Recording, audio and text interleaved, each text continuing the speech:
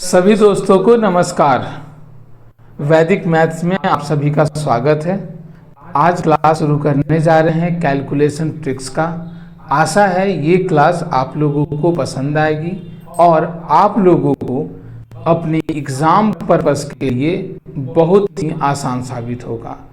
तो हम समझेंगे कि ये कैलकुलेशन ज़रूरी क्यों है। सबसे पहली बात, अगर मैथ में बात करें तो आप कोई भी चैप्टर उठाकर देख लीजिए, बिना कैलकुलेशन का मैथ बनने वाला नहीं है।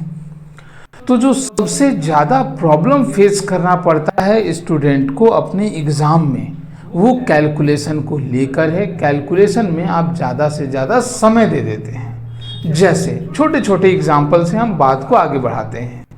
अगर मैं बोल रहा हूँ कि छोटा सा क्वेश्चन 23 को 42 के साथ मल्टीप्लाई करना है, मेरे किसी क्वेश्चन में आ गया, तो आप समझ पा रहे होंगे कि अगर आप बेसिक मेथड से कीजिए तो आप बोलिएगा 2 तिया 6, 2 दूना का 4, इधर 4 तिया 12 का 2 1, 4 2 जा 8 और 1 कितना 9, 6 4 और 2 6 और 9 का 9।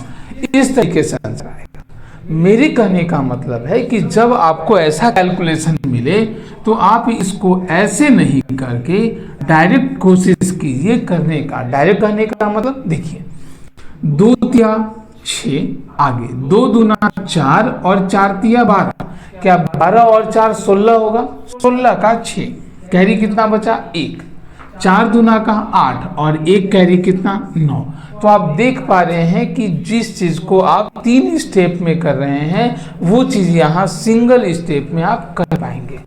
और भी बहुत बड़े बड़े मल्टीप्लाई, जैसे 4 2 3 को अगर 3 1 2 के साथ मल्टीप्लाई करना है, ऐसा नहीं है कि ये बहुत छोटा चीज है।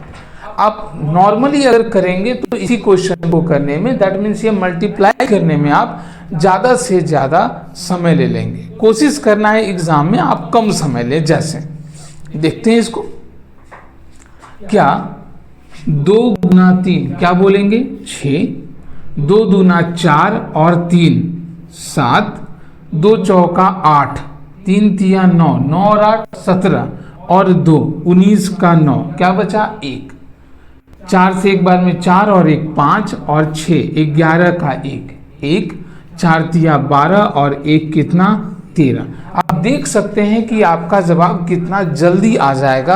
आपको इसको 3 स्टेप में करके और फिर जोड़ने का जरूरत नहीं पड़ेगा।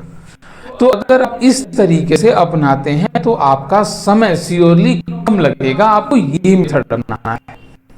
और भी बहुत सारी चीजें हैं, जैसे हम बात करते हैं स्क्वायर और स्क्वायर रूट के बारे में, है ना। अगर हम बात कर रहे हैं स्क्वायर के बारे में, हमसे बोल दिया गया कि 42 का स्क्वायर क्या होगा ये बताइए, तो हम तुरंत निकाल सकते हैं। हम बोले कि 50 से कितना कम है 8, 8 का स्क्वायर कितना 64, 25 से कितना बड़ा है तो 25 और 15 40 होता है, और 2 बड़ा 15 और 2 कितना 17। आपका आंसर हो गया, है ना।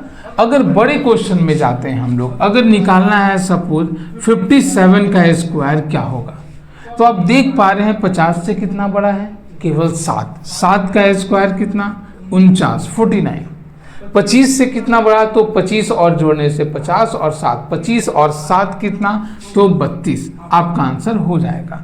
तो आप इस तरीके से क्वेश्चन का आसानी से सॉल्यूशन कर सकते हैं कम समय में, बेसिक मेथड को नहीं अपनाकर। हालांकि ये अलग बात है कि जब हम चैप्टर बाय चैप्टर बताना शुरू करेंगे तो श्योर यहाँ पर हर चीज़ आपको बेसिक से भी बताया जाएगा और ट्रिक के माध्यम से भी बताया जाएगा कि एग्जाम में आप अच्छा से अच्छा कर सकें। जैसे स्क्वायर रूट निकालने का बात है, स्क्वायर रूट निकालना है, ऐसे स्क्वायर रूट में 2 लिखने का जरूरत नहीं पड़ना चाहिए, है ना। छोटा सा लेते हैं 6 8 8 9, बोल दिया गया कि इसका स्क्वायर रूट बताइए कितना होगा। तो बेसिक मीडियम से नहीं, डायरेक्ट देखेंगे। सबसे पहले बताइए, अगर 9 है तो किसका किसका स्क्वायर करेंगे कि इकाई अंक पे 9 आ जाएगा। तो सबसे पहले 3 का, लेकिन केवल 3 से नहीं 7 से भी आता है। किससे आता है 7 से, क्लियर है। अब अगला बात, जैसे ही एक डिजिट लिखे 3 या 7 हो सकता है, 2 डिजिट को हटा देंगे, मेरे पास बचा 68। क्या 68 8 के स्क्वायर के नजदीक है? 8 8 64, तो 8, मतलब इसका आंसर या तो 83 होगा या तो 87 होगा। अब कौन सा सही है ये देखते हैं। ये देखने के लिए इसको 1 बढ़ाते हैं, 8 9 जा 72, 72 से अगर छोटा है तो छोटा वाला आंसर, मतलब मेरा आंसर क्या हो जाएगा? तो 83 हो जाएगा, है ना। इस चीज को मन में सोच के कीजिएगा तो और आसानी से आप इस चीज को कर सकते हैं। चलिए, जैसे अगर हम बात कर रहे हैं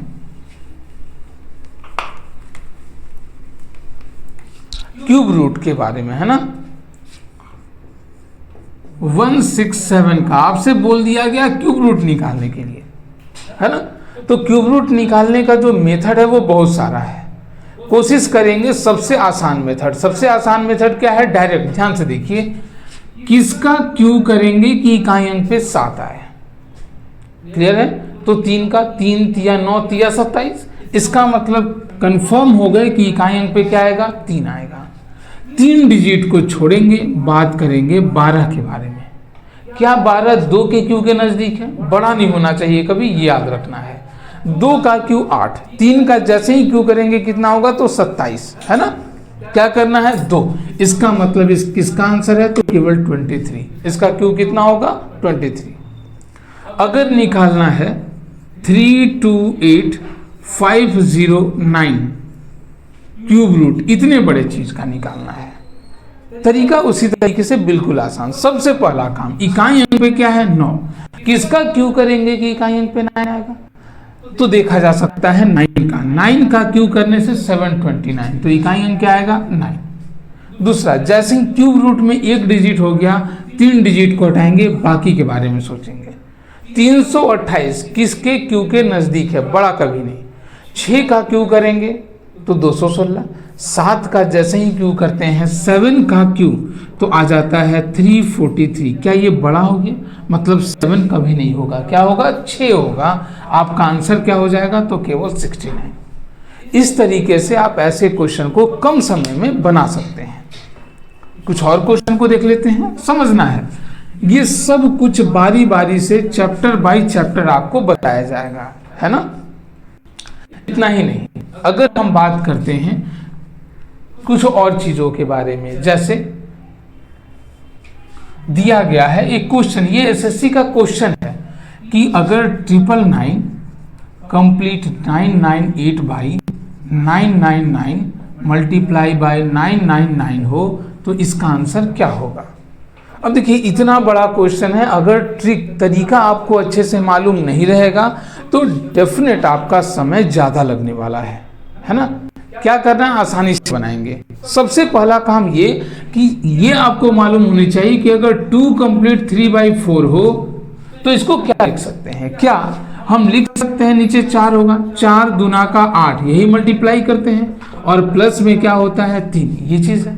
मतलब इस चीज को भी हम लिख सकते हैं नीचे में 999, इतना गुने इतना, तो 999 इंटू 999 और प्लस 998 और मल्टीप्लाई बाई कितना?